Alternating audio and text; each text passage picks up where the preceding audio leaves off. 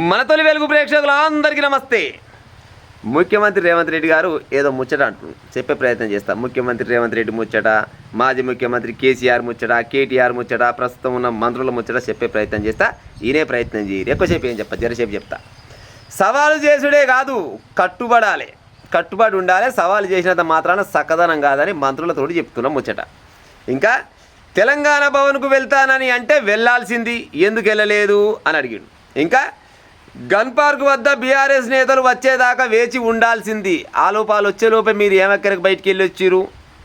తర్వాత బీఆర్ఎస్ను ఇరకాటంలో పెట్టే అవకాశం వదులుకున్నారు. బీఆర్ఎస్ పార్టీని అంట ఇరకాటంలో పెట్టే అవకాశం, మంచి అవకాశం వచ్చింది, ఏమెక్కడికి వదులుకున్నారు మీరు అని అంటుడు. ఇంకా తర్వాత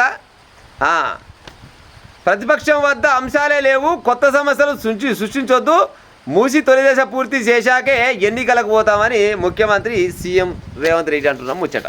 ఇంకో మీ సవాళ్ళు పాడైపోను, సవాళ్ళు బచ్చరిస్తారు. నోటి మాటకు ఎంటికలకు ఏం తేడా ఉండదులా. ఈ మాటలు వస్తూనే ఉంటాయి, మాట్లాడితే ఎంటికలు గీక్తా ఉంటే వస్తూనే ఉంటాయి. వీళ్ళు కూడా గట్టినే మాట్లాడతారు, సవాళ్ళ మీద సవాళ్ళు ఇస్తుంటారు. మామూలు సవాళ్ళు కాదు, ఒక్కడంటే ఒక్కడు కూడా వాళ్ళు ఇసిరిన సవాళ్ళ మీద నిలబడుతోడు. ప్రతిపక్షంలో లేడు, నా అధికార పక్షంలో లేడు, ఉన్నాడా? ఎవ్వరు ఉండరు. మేము ఒక సవాల్ ఇస్తున్నాం మీకు, బీఆర్ఎస్ పార్టీకైనా, బీజేపీ పార్టీకైనా, కాంగ్రెస్ పార్టీకైనా మా మన తొలి వెలుగు ఛానల్ తరఫున ఒక సవాల్ ఇస్తున్నాం. మీరు ఎదుర్కొనే దమ్ముంటే ఎదుర్కొని, ఆ తర్వాత మీరు ఏదన్నా కానీ నేను పడతాను కదా, నేనైతే సిద్ధంగా ఉన్నా. ఇప్పుడు అదేంది మన ఎక్కడ వెలుగుమెట్ల దగ్గర ఇల్లు గులగొట్టింది కదా, ఆడికి పోయి మేము నిలబడతాం. ఆడికి రారి, ప్రతిపక్షం వాళ్ళు వస్తారా, అధికార పక్షం వాళ్ళు వస్తారో రారి, ఆడికి కూడా వస్తారా, రారు. అది పోని నాదర్గుల్ భూముల దగ్గర ఎంతవరకు న్యాయం చేసుకొచ్చారు. ఆ తర్వాత పోతే ఆయన వాళ్ళు ఆయన పేరు ఏం పేరు ఉండే గిడ రాసుకున్న పేరు వటెక్స్ వర్మ దగ్గర 340 ఎకరాల భూమి ముచ్చట. 340 ఎకరాల భూమి ముచ్చటకు మేము ఆధారాలతో సహా చూపించినాం. మరి దానికి ఏమన్నా స్వీకరించిరా? ఎవడన్నా దానికి సాల్వ్ చేసిండా? దగ్గర 25 లక్షల ఎకరాల భూమి అసైన్మెంట్ భూమి, ప్రభుత్వ భూమి. ఆ భూమి ప్రైవేటీకరణ అయిపోయింది. ఏ రకంగా అయింది? ఆధారాలతో సహా చూపిస్తే ఎవడన్నా మాట్లాడిండా? రారి, మేము బరాబర్గా నిలబడతాం. రేపు పొద్దుగల్లా మైక్ కొనబోయి ఆధారాలతో సహా మేము చెప్పిన కాడ నిలబడతాం. వచ్చే ఆలోచన చేస్తారా? ఎవ్వరు చేయరు. ఆయన మీద ఈయన అనాలా, ఈయన మీద ఆయన అనాలి, అంతే. జనాలను ఎడ్డోళ్ళని చేద్దామని చూస్తున్నారు తప్పితే మీరు గత ప్రభుత్వం చేసిన అవినీతిని తీసుకొస్తామని వీళ్ళు అన్నారా? బరాబరా కాంగ్రెస్ వాళ్ళు ఏమన్నారు? గత ప్రభుత్వం లక్షల ఎకరాలు మొత్తం కొల్లగొట్టింది, మొత్తం అవినీతి చేసింది, వాళ్ళని బయటకు వస్తాయని గత ప్రభుత్వం అన్నది. ఇప్పుడు ప్రతిపక్షంలో ఉన్న బీఆర్ఎస్ ఏమంటుంది?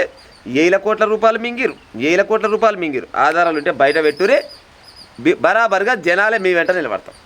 ఆధారాలు ఉంటే ఒక ఫలాని కాడ అన్యాయం చేసిన ఆధారాలు చూపిరి, జనాలు మీ అంటుంటారు. మేము ఆధారాలు చూపిస్తే మా దగ్గరికి వచ్చే కాలం లేదు, పాడైపోను. ఎందుకంటే ఆలాలంతా ఒకటే, వాళ్ళు బయటనేది అనుకుంటారు, జనాలు చూస్తాందుకు దనుకుంటారు.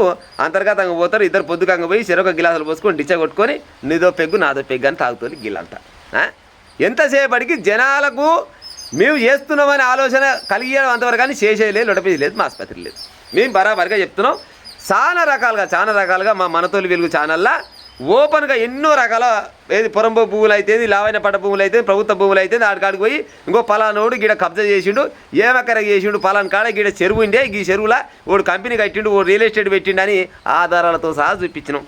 మరి మా సవాల్ని స్వీకరించాలి. అది మీ ఇద్దరు పోతల మా సవాల్ని స్వీకరించి ఒకవేళ మా తప్పు ఉంటే బరాబర్గా మా మీద యాక్షన్ తీసుకునే ఉపాయం చేయరు. గది ఎవడు చేయడు, పాడైపోరు. ఎవడు చేస్తాడు? బీఆర్ఎస్ వాళ్ళు చేయరు, కాంగ్రెస్ వాళ్ళు చేయరు. ఇక బీజేపీ పార్టీ వాళ్ళకి అయితే ఆ ఆలోచన లేదు, పాడైపోయి ఏ ఎటన్నా పార్టీ సావని పాడైపోయి. తెలంగాణ రాష్ట్రంలో మాకు అధికారం రావాలన్న ఆలోచన ఏముంది? మా కాంట్రాక్టులు మాకు దొరికితే చాలు, మా కమిషన్లు మాకు వస్తే చాలని వాళ్ళకున్నది. బీజేపీ పార్టీ కార్యకర్తలకు ఏముంటుంది? తెలంగాణ రాష్ట్రంలో ఏదో ఒకరోజు మా పువ్వుగుర్తోళ్ళు ఆడ నిలబడితే ముఖ్యమంత్రిగా ఉంటే చూడాలని బీజేపీ కార్యకర్తలకు చాలా మందికి ఉంది. కానీ లీడర్లకు ఉన్నదులా, లీడర్లకు ఎవరికి లేదు. వీళ్ళంతా సోపతి కాలే. ఇంట్లో ఎవ్వరు ఈ పార్టీవాడు మంచోడు, గా పార్టీవాడు చెట్టుడు అనేది లేదు. వీళ్ళంతా సోపతే. వీళ్ళందరికీ గురువు ఒక్కడే.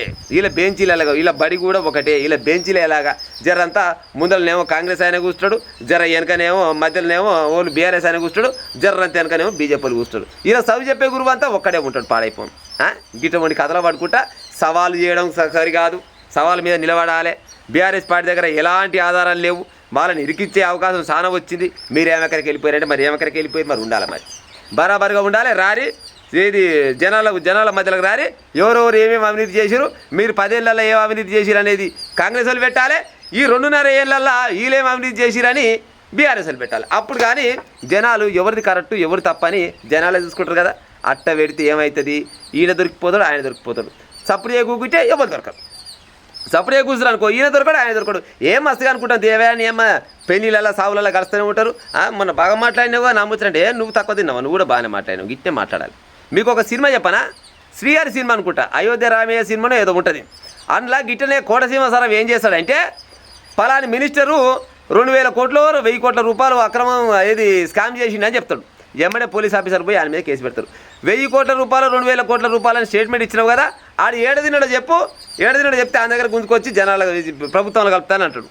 లేదా అబద్ధం ఆడితే నిన్ను కొనవి లోపడేస్తా అంటే ఆయన కొనవి లోపడేస్తాడు. ఇంకా అసలు పని చేయరాదురి పోలీస్ ఆఫీసర్ ఒక ఆయన తీసుకొని అవినీతి అంటారు కదా నాయన రాజకీయ నాయకులారా, ఎవడోడు ఎంత అవినీతి చేసిండో ఎవడోడు ఎంత అక్రమాలు చేసిండో మీ దగ్గర ఆధారాలు ఉన్నాయంటారు కదా, ఆధారాలు మా ముందర పెట్టి మేము కొనవి లోపడేస్తామని చెప్పాలి. ఈ పోలీసు వాళ్ళని పని చేయనిస్తారా, చేయనియరు. వాళ్ళు ఏమైనా నెలలాడు మీ జీతం మీరు తీసుకొని మేము చెప్పిన పని మేము చేయాలి. అధికార పార్టీ అయినా కానీ ప్రతిపక్ష పార్టీ అయినా కానీ తెలంగాణలో రాబోయే కాలంలో కాబోయే ముఖ్యమంత్రి అనుకుని కొంతమంది కదా గాలు కూడా చేసే పని కాదే.